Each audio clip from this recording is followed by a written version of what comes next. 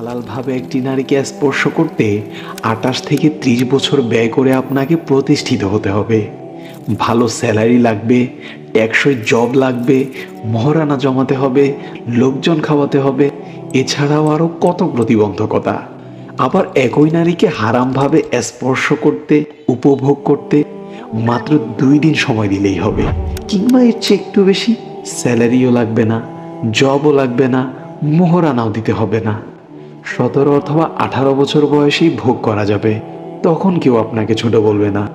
আর আপনি বিয়ে করতে চান, বয়স হয়নি, ক্যারিয়ার হয়নি, সেটেল হয়নি, কত অঘোষিত নিষিদ্ধ আইন।